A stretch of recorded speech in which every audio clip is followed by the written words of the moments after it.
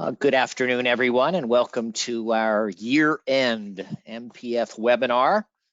Uri Gutfreund and I are rearing to go and share with you our predictions for next year.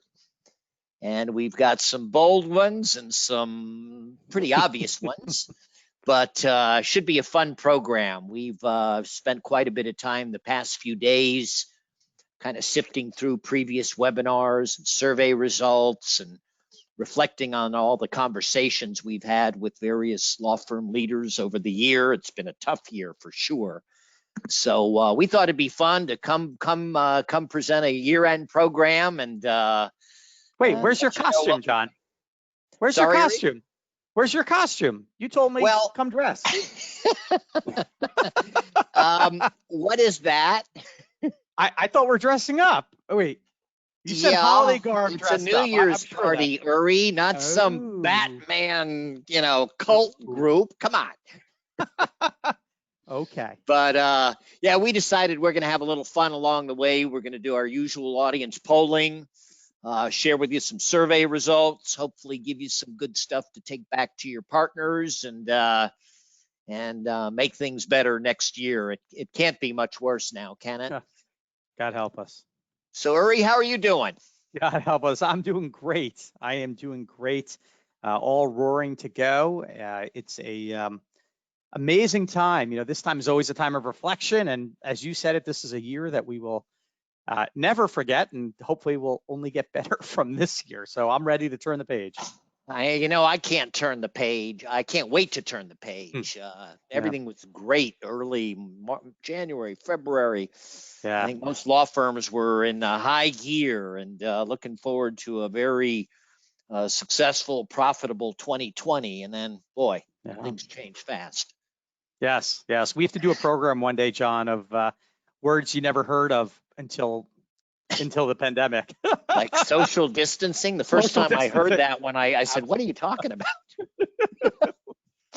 So I'm looking here at the watch, Uri, and we have a tradition of starting on time and ending on time. So why don't we go ahead and get rolling? We're being recorded today, and this will be archived to our website. We'll feature it in a special edition of the MPF Weekly, and we'll be sending that to everybody tomorrow.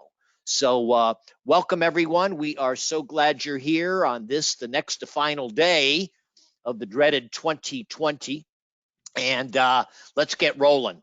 So most of y'all know my friend and colleague, Uri Gutfreund. He's been working with us to present these MPF webinars. This is our 16th since April, and 2,300 people have participated in one or more of these programs. So it's been phenomenal. It's been a lot of fun. And Uri, it's good to see you again. Thank you, John. Great to be here. Great. Well, all of you know John Remsen. John's the law firm guru. John and I met on the speaking circuit years ago, and it's been a pleasure to do some programs with you, John. You are also known as the firm strategist. When law firms want strategy, they come to you. So looking forward to seeing you on the road again, John, soon. Hopefully. I haven't been on an airplane since March. I forget how to get my way through the Atlanta airport. I'm not sure where to check in anymore or what that feels like. Muscle memory. But it's good to have everyone here with us. We had about 100 people registered for today's program. We've been averaging about 150 or so. This one was put out there on short notice. So we're pleased with the participation, as always. We'll offer some opening remarks, some housekeeping stuff, survey results. We got some audience polling questions embedded in today's program, as always, and we'll share that stuff with you all. Questions, we want to field your questions. And Uri, walk folks through how to submit questions, if you would, please. Sure, John. So attendees on the control panel, which for most of you is on your right screen, although you can move it around, there's a tab that says questions. And so in the questions, if you can click on that, you can click on that and type in the question, and we'll try and work our questions in during the presentation. I will add, John, and you alluded to it, we got a lot of questions in advance, and we will try and cover those as well at the time of registration. John? And we will try our best to get through those, address them as we can. As Uri and I were doing our dress rehearsal and going through all this, we thought, boy, we're trying to cover a lot of stuff. We're going to have to move fast, condense it. So we're going to run fast and try our best to incorporate as many questions as we can. Our next webinar, folks, listen up. Disruption alert, we're calling it. Arizona and Utah, effective January 1, are enacting new rules and regulations that allow for the non-lawyer ownership of law firms. And we're going to have a couple of managing partners from those two states talk to us about what's going on in their jurisdictions, what their firms are doing in response to this. And it's some pretty innovative stuff. And I predict that we're going to see more and more of these multidisciplinary practices, non-lawyer ownership of law firm next year. And Arizona and Utah are our sandboxes. So tune in. We'll be sending an announcement, setting up registration tomorrow. So be on the lookout for that. For next year, some of our plans, Uri and I have been concocting some ideas, working with others, but we're going to carry forth this webinar series. It's been really popular, exceeded our expectations, but we are going to scale it back and do these monthly on the first Wednesday, 2 o'clock, and try to get in a rhythm there. And we maybe do some special programs here and there if there's an urgent topic. Like PPP loans or something like that, but we're going to carry these forth and present them every month. Our virtual conferences, we did one in October. It exceeded our expectations, and we've decided we can control this and put some virtual conferences in play. We run typically 3 hours or so, interactive, lots of panelists, lots of polling, and we're going to do one in February. We're going to do one in June. We're going to do one in December. We run listservs and conference calls if you participate in our programs, and we try to churn out a weekly newsletter every Friday. And I hit it probably 80% of the time, but these are things we can control. Our website as well, got a lot of resources there, an archive of all these webinars. And as we get toward to the bottom, a couple of things here. I got a red asterisk. Uri? Gosh, John, are those coming back? John and I, or I should say, John has graciously invited me to participate in the Managing Partner Forum in Atlanta for a handful of years now in a row, and it is a great conference.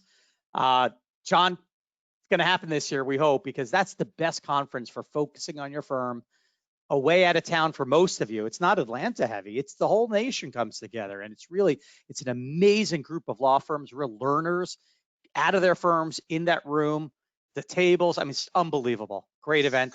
And John, yeah, we're hoping. Yeah, I'm hoping against hope that we can put together these programs in early May.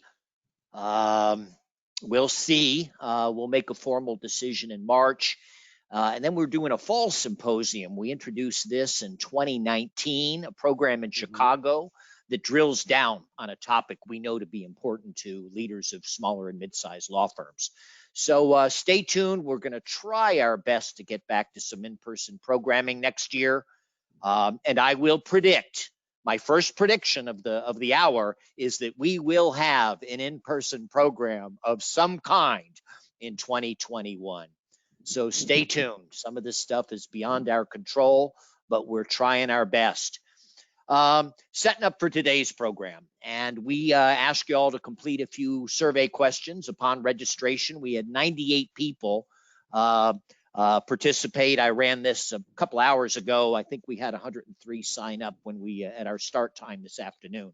But we asked you guys kind of open-ended, one word you might use to describe 2020. And ordinarily we'd put together a word cloud, but there were so many words that we got to describe 2020. And some of those words we couldn't present here in this forum.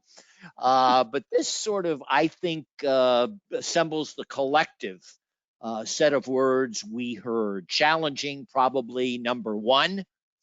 Disruptive, chaotic. It's been all those things. And Uri, you wanted to call out one of these bullet points in particular that you are really sensing on the minds of firm leaders. We had a grinding year, and I think what we're seeing and what came up on when we asked for this word description is this has been at first in March, April, May, it was a sprint. I think by the summer, a lot of people said, oh my gosh, this isn't ending as quick as we had thought. So we're seeing a lot of that stress level, long-term, adrenaline's running out, and we're now starting to feel a little of that grinding feeling that law firm leaders in particular are challenged, and it's a grind. I think that's a good one. It has been a grind, and I've been impressed by how resilient firm leaders and law firms have been through a very stressful year. Optimistic, and you know, it's not easy always to be the cheerleader when you're losing the ball game, but we have found firm leaders, firm administrators to be exceptionally resilient, optimistic through these very challenging times. We also asked, what word might you use to describe your feelings toward 2021? And the psychologist community presents these 6 basic human emotions: happiness, sadness, fear. And so we ask you to pick which of those 6 words best describes your feelings for next year. And here's that resilience: happy. And maybe it's just happy to turn the page on 2020, but I think people are really looking forward to working our way through this and looking forward. You know, the number 2 answer was surprise, and we are going to see some unanticipated things happen next year. Fear, the number 3 answer. A couple of you are pissed off, angry, but that's what you told us about your feelings toward next year. This is our first audience polling question. We always do these, and it just helps Uri and I sort of get a sense of firm sizes in the room. So if you would, please take a few minutes. Tell us how many lawyers are at your law firm. And you know, as we tabulate the votes, we've got 80% in. Hey, I'm in Atlanta, Georgia, and we're doing a lot of voting here and a lot of ballot counting, and it's not over yet. So we have 120% participation now, John. Is that right? We're at 81% participation. So I'll close.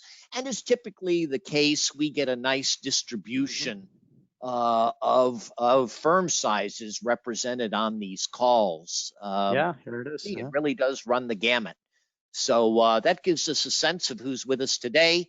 And let's briefly, Uri and I were concerned about our time today because we got a lot to go through and we want to keep the pace going. But quickly looking back at 2020, a tough year to be sure. And everything was going great until, about early March, and law firms were turned upside down. Our world's changed real fast, and law firms adjusted very, very well to some challenging and difficult circumstances. It took a pandemic, but Uri, what say you, your observations about 2020? Yeah, when the pandemic hit, so many firms really went on their own lockdown, and I don't mean the lockdowns around the country today. I mean they really bat the hatches, really sat down and really focused like a laser on the most important things. And as you alluded to, a lot of the specifics on logistics of running a firm quickly had to pivot, and they did a good job of it. Good landing, like this bird, but really got the logistics down right, really focused like a laser, and really, I think we thought exceeded expectations. You know, in March when everybody thought the world was going to end, firms stepped up, leadership stepped up, and we're going to talk about some of the pivots that people did in 2020 and take them into 2021. So yeah, great stuff. Yeah, we asked at a couple of points through the year, how's your firm adjusted to this pandemic? Yep. And we asked it early, we asked it late, and overwhelmingly, much better than I thought we would. The adjustment to work at home, the technology to support that, paying attention to our basic hygiene, billing, collections, time management, these sorts of things. What I saw was a rush to PPP loans We have a prediction on that a little later. I saw communication becoming really, really important, particularly from firm leadership, town halls, regularly scheduled outreach from firm leadership to folks as they work remotely as to what's going on, what the firm's doing about it. Tuning into clients more than ever, picking up the phone, reaching out, showing empathy, and connecting with clients through webinars and proactive phone calling and things like this, and reaching out to their people. Lawyers tend to look in the rear view mirror at where we've been, our precedent. We try to get them to think more about where we're going, certainly recognizing what brought us to where we are today, our past, our tradition, where we've been is really important. Where we're going, arguably more important. So looking forward, and as our friend Winston Churchill likes to say, let's not let this crisis go to waste. We've learned some things about ourselves, that we can work remotely and productively and happily. The firm can sustain itself, and we might not need as much office space going forward. We might not need as much support staff going forward.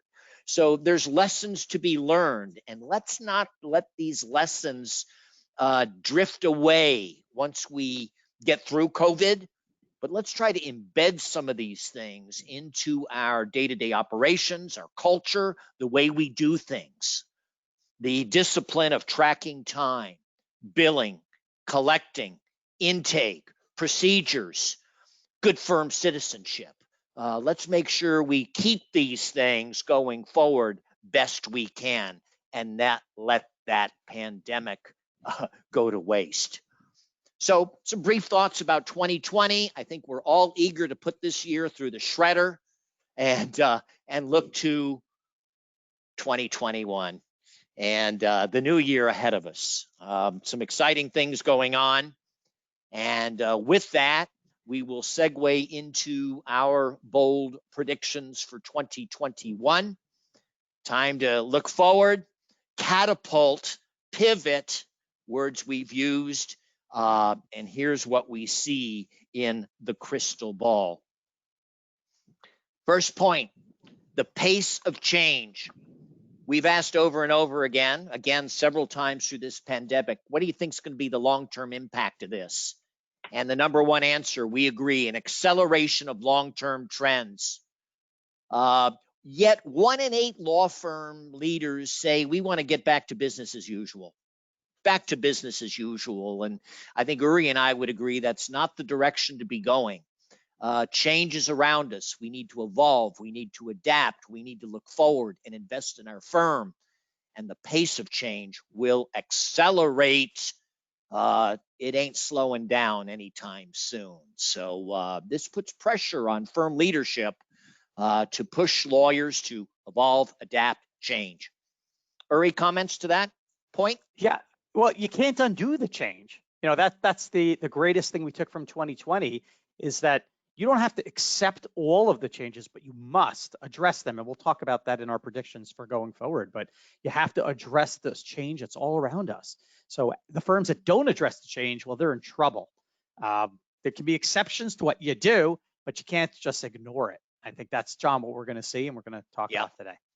We did a webinar with a couple of managing partners talking about law firm of the future. I think it's one of the better ones we did. And one of our faculty was John Pinney out of Cleveland, Ohio.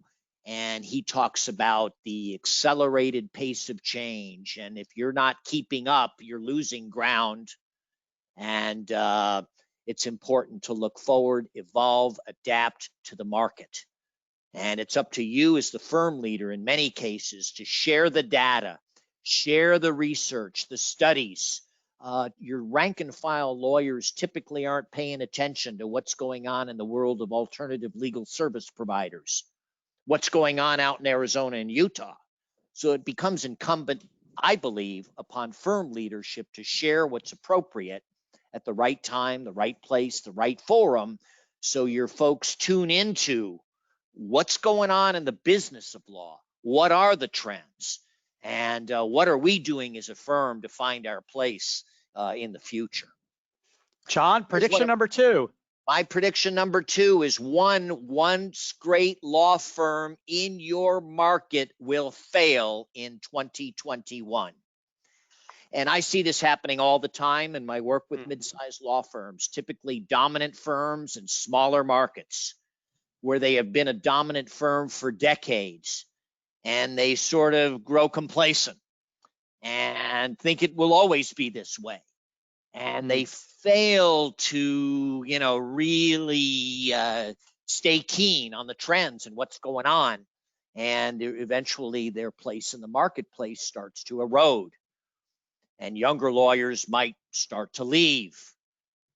And, firms from out of state, out of town start setting up shop. I see this happening quite a bit. And once great law firms fall apart, often due to a lack of succession planning as well, in terms of equipping our young lawyers to market and lead, in terms of transitioning client relationships, transitioning leadership. So often we default to senior lawyers for these roles, but I think it's important to tune into your younger lawyers and where they want to take the firm, how they want to be practicing law. They are your future. But so many firms defer to the senior lawyers who tend to be a bit more risk averse and less willing to take on change. So I predict at least one great law firm in your town won't be around a year from now. Hopefully it's not you. Hopefully it's not you, because you're coming to our stuff and paying attention to what we have to say, right, Uri? Yes. John, what else? This speaks to consolidation. We've been seeing this for years and years and years. Big law getting bigger. There was a little bit of a let up here when COVID hit. Right. Those merger talks got put by the wayside. The acquisition was deferred a bit, but I think we're going to see consolidation come back with a vengeance in 2021. Here in Atlanta, Troutman Pepper, a merged firm. They were in talks, ready to tie the knot. COVID hit. They delayed the marriage a bit, but now we're back on track to consummate that merger. Consolidation will continue. Uri? That's not for everyone, though. Not everyone's going to go along. And in the face of this consolidation, Uri, this is a point you wanted to lend a prediction to. Sure. Not every partner is going along with it. It could be they don't want to be part of a 2,000 lawyer firm. It could be that it's not a good fit for their practice area. So they have different options out there. We have seen a trickle already of lateral partners, and we think that, and we predict for 2021, we're going to see a flow from big law of lateral partners going to various firms. And that's an opportunity for the people in this room. Or setting up their own firms. And we've heard from a couple of managing partners. Roger Barton comes to mind in New York, who left big law to set up his own boutique. And they're doing quite well, thank you. Another fellow we heard from, managing partner of Ramon Law, R-I-M-O-N, Ramon Law. Young guy from Ropes and Gray, big firm out in California. And he leaves to start a virtual firm, no bricks and mortar, 100% virtual, now standing in 5 countries, 70 lawyers, and growing like wildfire and extremely profitable. The lawyers are having fun. The clients are getting great value. But here's a situation where a young lawyer becomes a bit frustrated by the pace of change within big law, can't see the opportunity to build his or her practice, and decides to jump ship and start something new. I think we're going to see more and more of this, Uri, and it's counter to the consolidation movement, but it's definitely out there. And we see examples of it all the time. Ready to move? Next slide.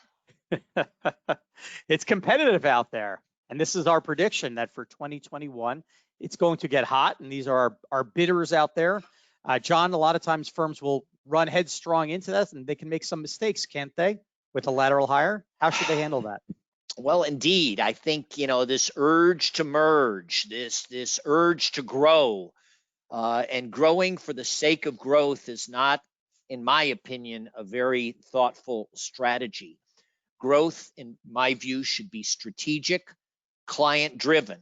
And as you look toward laterals, they should be brought to the firm in the context of an overall firm-wide strategy, where you want to beef up presence within an industry and want to bring over that partner with the book of business like everybody's looking for, or we want to beef up areas of practice. And rather than build it from within, it might be more viable to bring in that lateral with the expertise we're looking for. Here's what I see. Firms do not do, in many cases, adequate due diligence as they vet laterals. We're eager to consummate the deal. Things look good on paper, but I think it's really, really important to assess cultural compatibility. Take your time, get to know these people. Please don't bring them on as equity partners off the bat.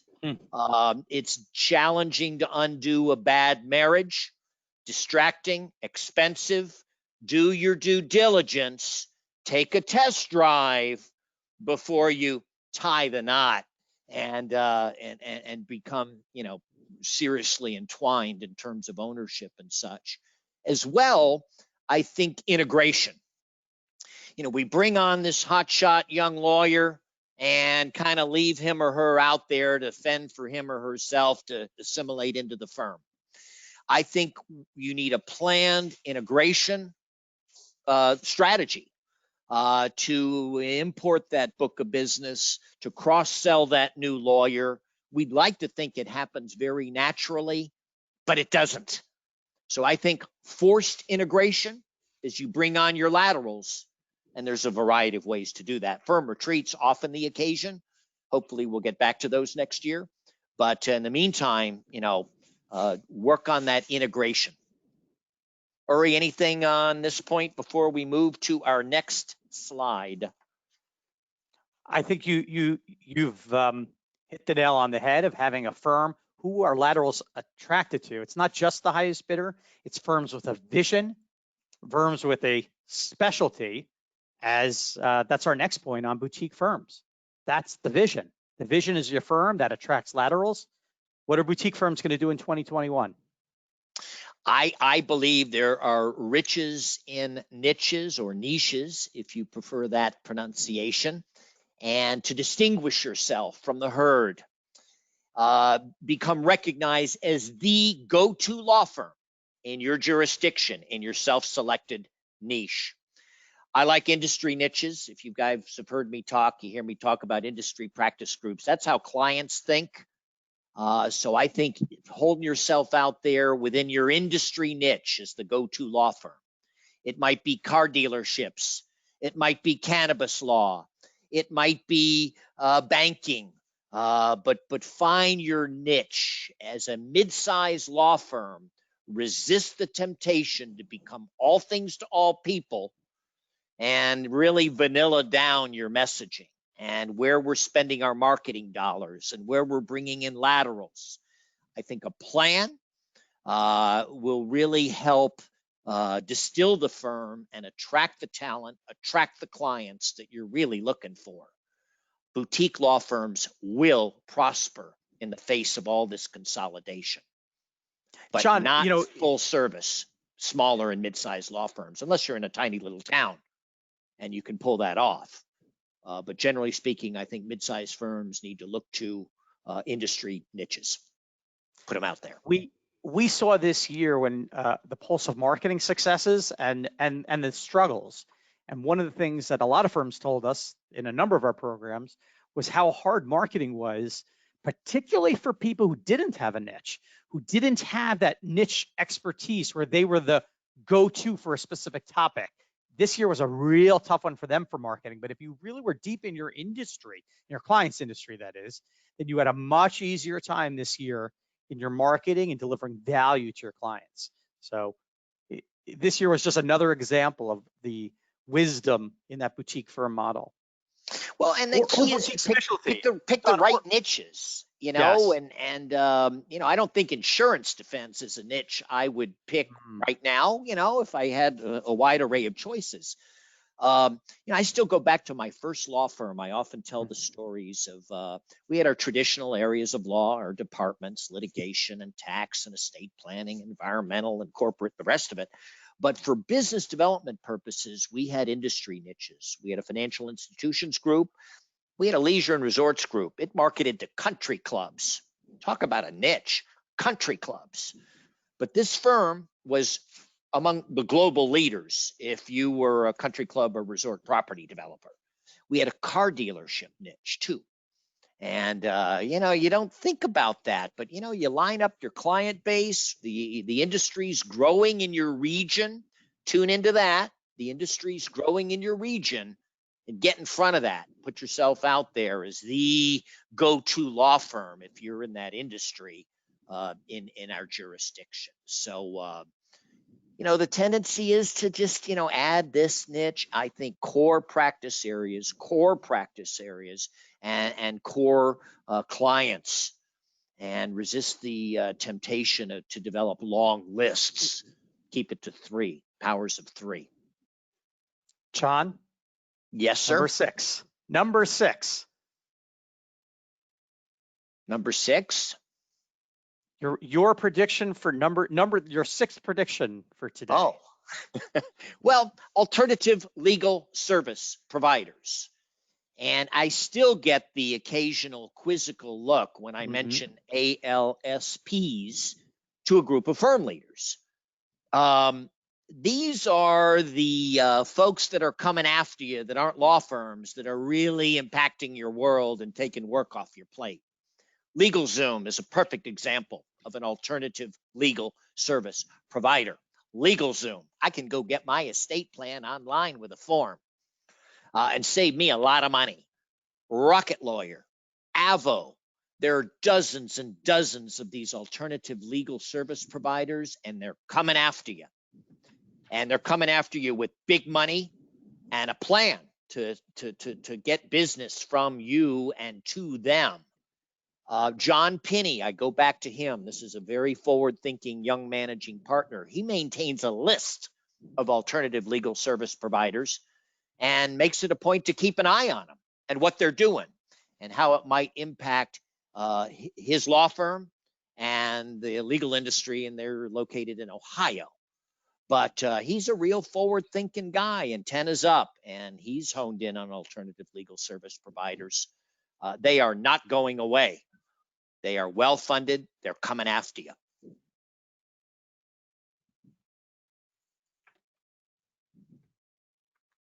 Uri?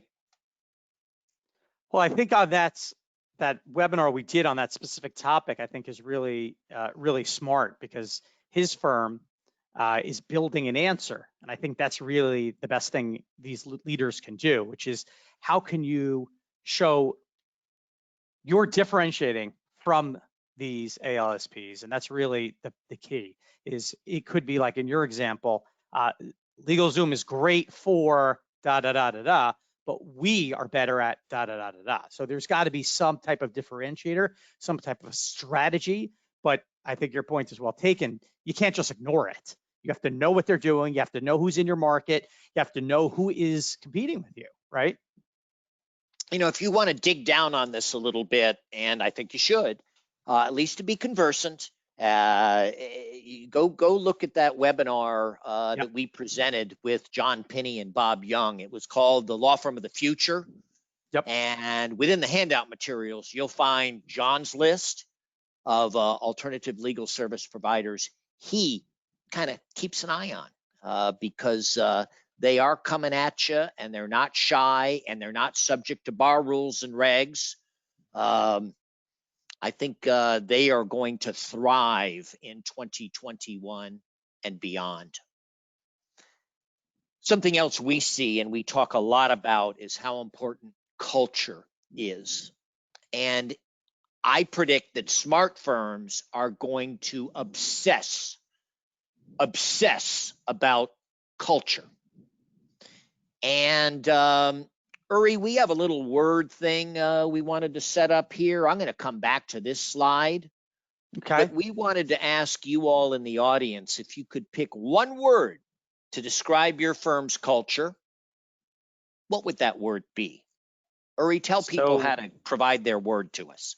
Yes, I'm going to give you instructions in 1 second, but just before you type, just know that this is not anonymous. So everyone in the room is going to see your full disclosure, They'll see John, your word right? and who it came They from. will see your word and who it came from. So in the toolbar on the right, there's a chat function. If you click on the chat function, share that one word to describe your firm's culture.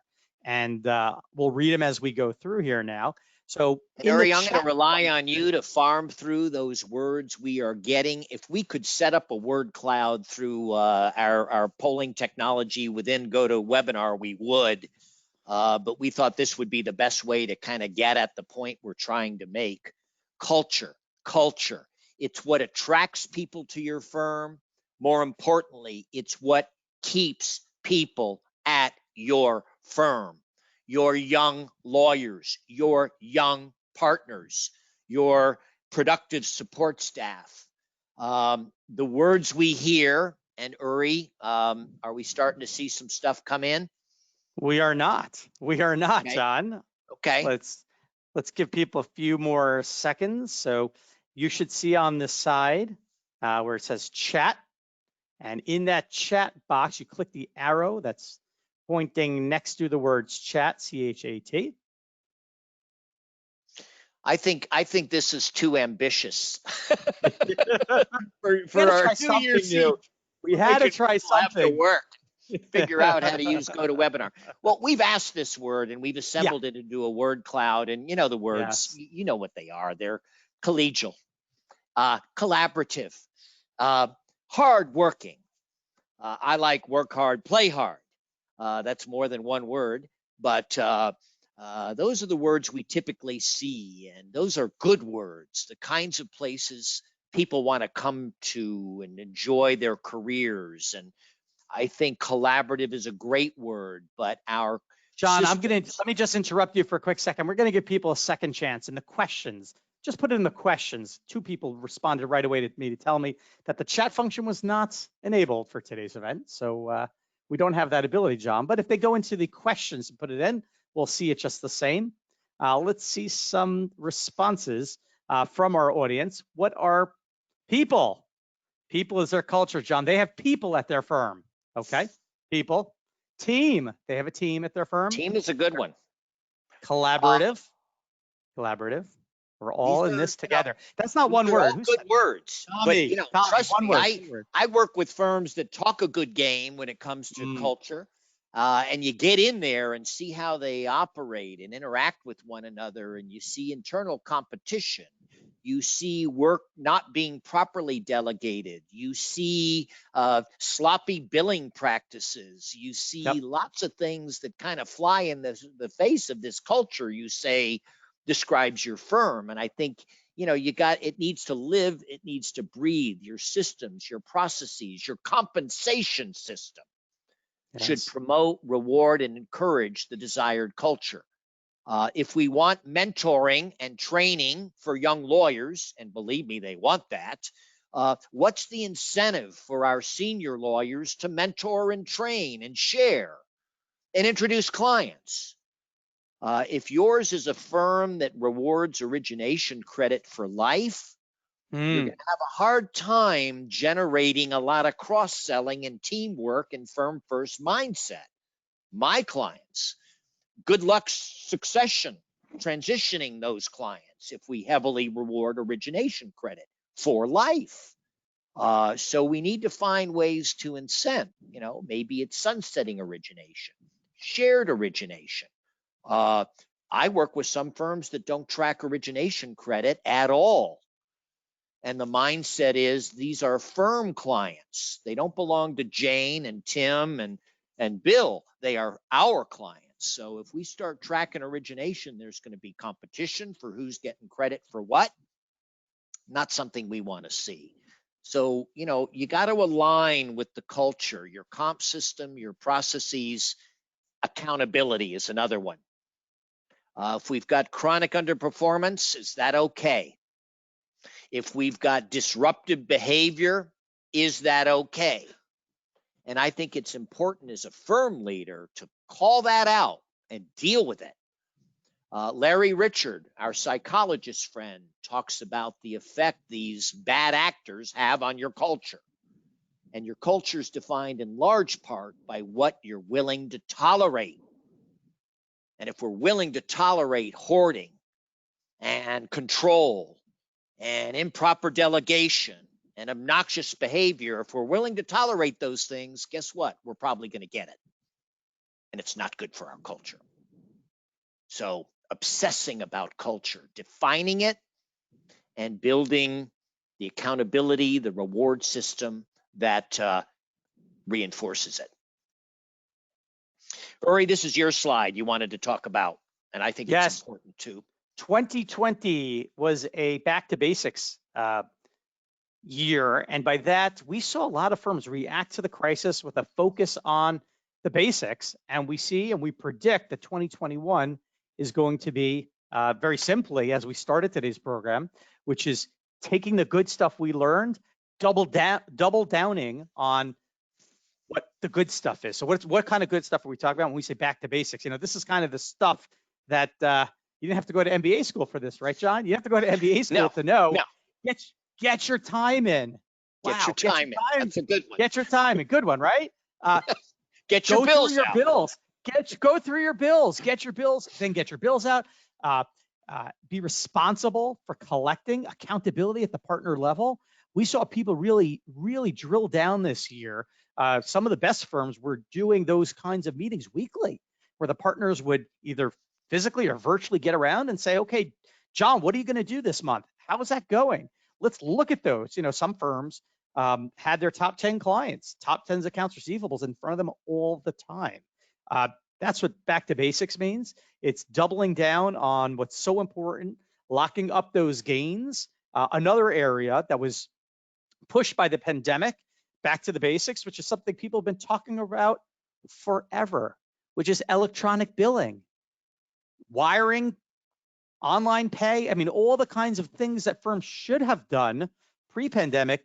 But guess what? Particularly if your office was closed, threatened to be closed, you started thinking, wait a second, if we don't have anybody in the office, or in some zip codes where the post office delivery became spotty, how are we going to get the checks? How are we going to deposit the checks?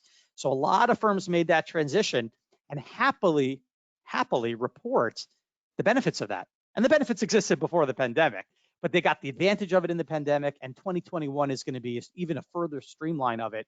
It's a good use of your time. It's a process. You'll get those rewards for here going forward. So my big prediction, going back to basics, doubling down on that, and taking those gains and applying them forward. You know, I think when this pandemic hit and we went into, quote, crisis mode, partners recognized, you know, I have an obligation to my firm. I need to be a better citizen. I need to do a better job tracking my time and being empathetic towards support staff and getting my bills out and showing up at meetings and being a good firm citizen. And it took a crisis. Let's not lose this, and let's try to retain the discipline to our basic hygiene and the importance of teamwork and firm citizenship. And there's a difference between being a really good lawyer and being a really good partner. Good partners show up. They think firm first. They mentor. They train. They lead. They business develop. Difference between good lawyers and great partners, and getting back to basics and really instilling that in our culture so it doesn't fade away with COVID as we move through 2021 and beyond. So basic blocking and tackling. Sharon Abrahams, who has been a long-term faculty member and director of practice development at a couple of large AmLaw 10 law firms, talked about this, and it's not a fun subject, and that's dealing with your chronic underperformers, folks that can't hit their minimum billable hour expectation, haven't done it in 5 years, and yet we've allowed that to happen because he or she's a good lawyer and been here 30 years, but trying to justify this consistently chronic underperformance, and we let that happen. And Sharon made the point is we can't afford this horse lagging the pack. It's affecting our collective performance more than we realize, and sending the message that coasting is okay. In my view, it's not okay. People must step up their games. We're running a business, not a country club. Coasting is out.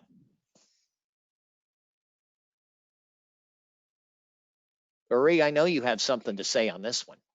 Oh, I sure do. You know, the year has shown us that all this deadwood, particularly at the partner level, has to be addressed, and either to improve, but these partners who were great partners years ago and are no longer great partners have to be dealt with. It's the health of your firm, and that's really what this year taught us, which is to focus on the health of the firm, and as a business to deal with these outliers. So coasting is certainly out, and it has ended this year. It really has ended. And I think the age, and John, we've talked about it often, the age of promoting service partners, that's over.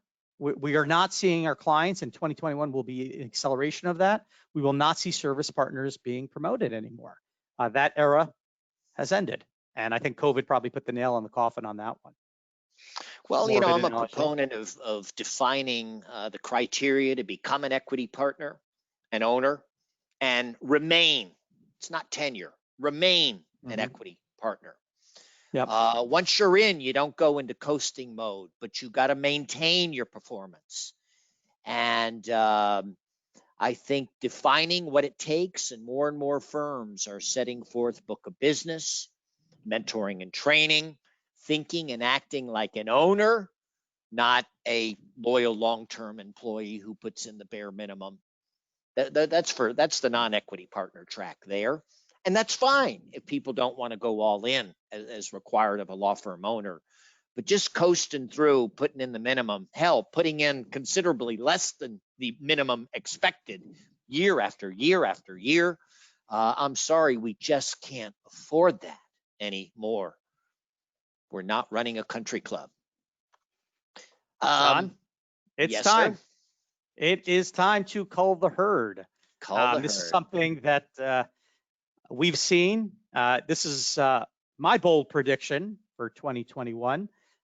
First, an observation that in 2020, law firms have culled about 10% of their staff, not legal staff. Support staff here, or support staff. It's important to make this distinction here when we're support staff. 10%. The 10% that I'm talking about is the receptionists. You know, those who had multiple receptionists, maybe they went down to one. Some went down to none. No receptionist needed. It could be now a paralegal who answers the phone for the off times where the phone actually rings without direct dials. So receptionist, mailroom person, filing clerks, those people have been furloughed. Many of them are not coming back. My prediction for 2021, based on people learning a lot of lessons this year of what they can do themselves, right, John? There was an event we did at one of the webinars where lawyers shared, they learned for the first time how to do a package overnight. And they think, gosh, we can do that? So no need to have an employee just to do that. Wow. Exactly, forgot how to do that. There's gonna be another, and this is the prediction for 2021, is there will be a further 10% staff cut at small and mid-sized law firms. I think it's coming. You don't have to do it at your firm. It just means your competitors are going to be that much more profitable. Yeah. If that's okay. I think that's okay. You know, within admin, centralized billing, centralized collections, centralized research, word processing, centralized functions, and they don't necessarily have to be in an office, and they don't necessarily have to be in the United States. Firms are doing this. This isn't crazy talk. As well, we've seen the legal assistant to lawyer ratio going down. Well, you know, it's going to continue to go down. Young lawyers more self-sufficient. senior lawyers realizing I can work technology working remotely. So I think among paralegal ranks, legal assistant ranks, it's time to take a good hard look at maybe culling that herd and improving firm profitability. This isn't easy, but you know, we are running a business. It's gotten very, very competitive. Investments in technology, man. Firms that went to the cloud before March 2021 are sure glad they did. We hear this again and again. And firms that are making those, have made those investments in technology, are really starting to see the dividends.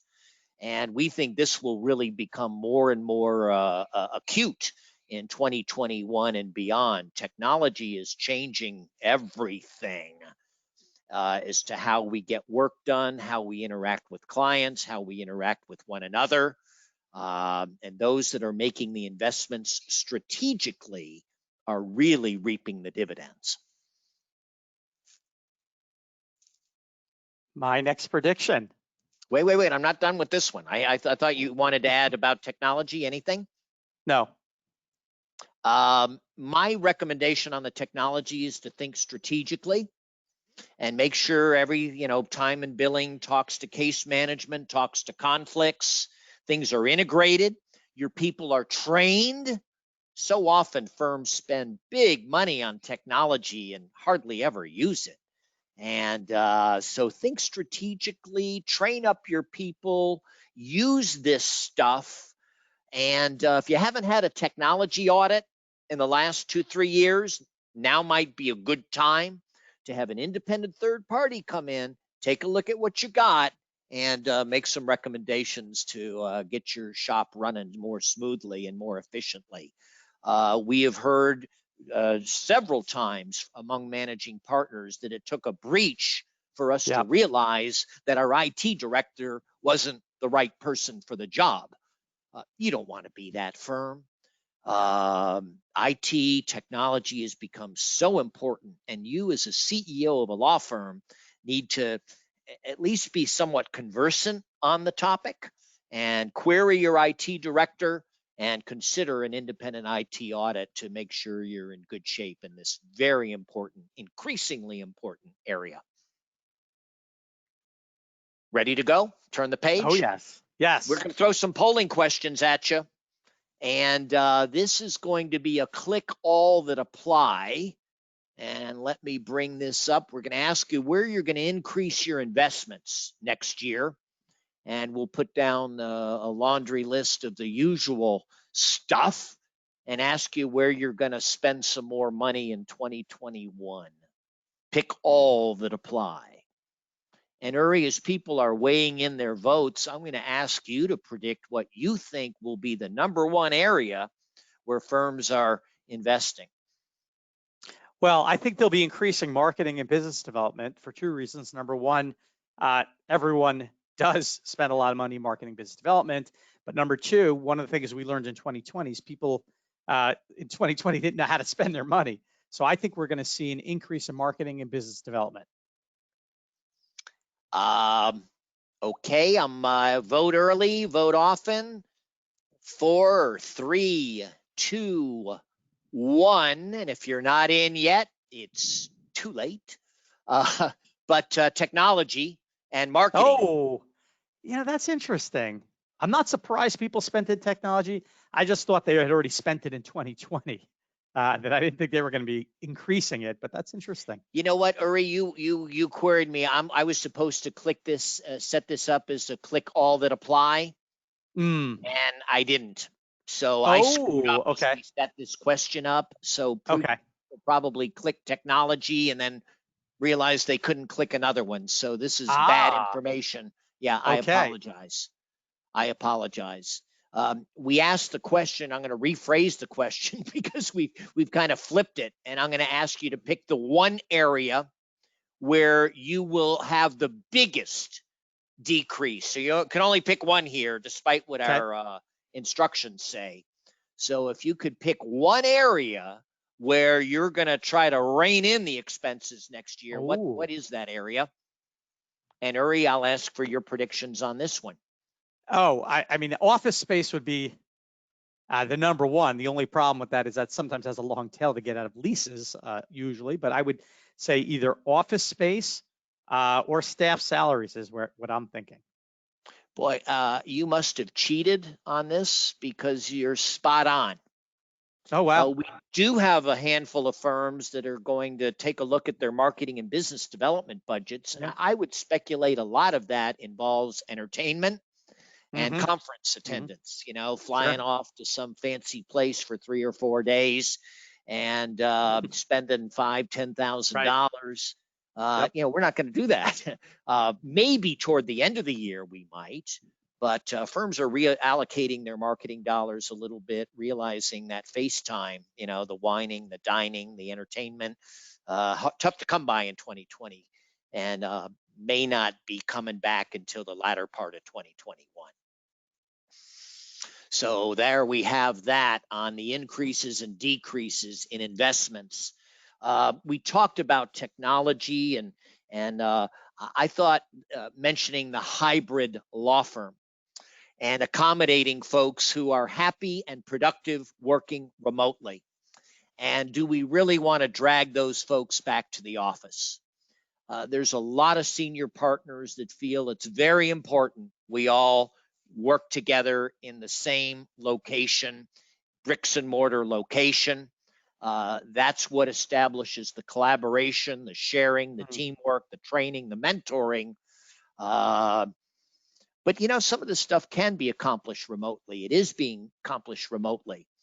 And I think firms got to figure out where you want to be on the spectrum of people working in office, people working at home, and, you know, all along that spectrum. And you might have some people that are content working away from the office full time. And you may have other people that can't wait to come back. And that's where they're happiest and most productive. And they want to be in that office 5-6 days a week. I challenge firms to accommodate both. I think you can do it. And firms are doing it. And we've done a couple of programs that speak to this issue. Hybrid law firms becoming the norm. The norm.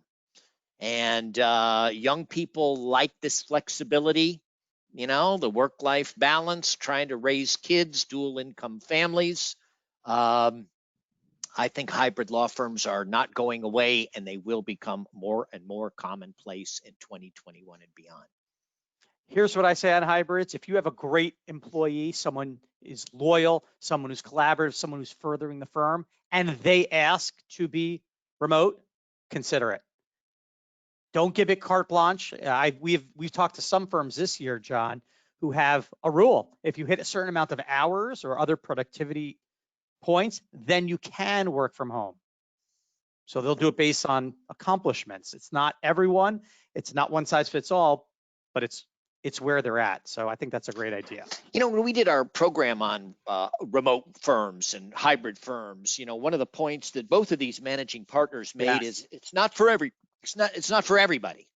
Right. Some people thrive in these environments, others not so much. So that speaks to, you know, your due diligence as you hire people who can work within your model, whatever you decide it to be. But I think we're going to see more and more of this. You can look to banking, you can look to the accounting firms, you can look to, consulting firms, and well, professionals just aren't coming back into the office like they once did. It's a vexing issue for a lot of law firms. Uri, this is yours. Yes, the list I'm sure you've all seen. If you haven't, you should. Google the list of all law firms and how much exact PPP funds they took out. My prediction for 2021, although it might bleed into 2022, you have to give me a little gimme on that, which is that there will be a prosecutor who looks at that list, compares it to the profits per partner, the bonus information that's out there on your firm, because it's not hard to get that information either anymore.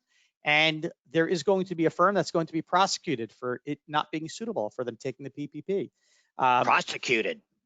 That is my prediction, John. Anybody going to jail, Uri? I'm not sure about that. I'm not willing to go out on that limb, but it will be in the news. It will be in the news.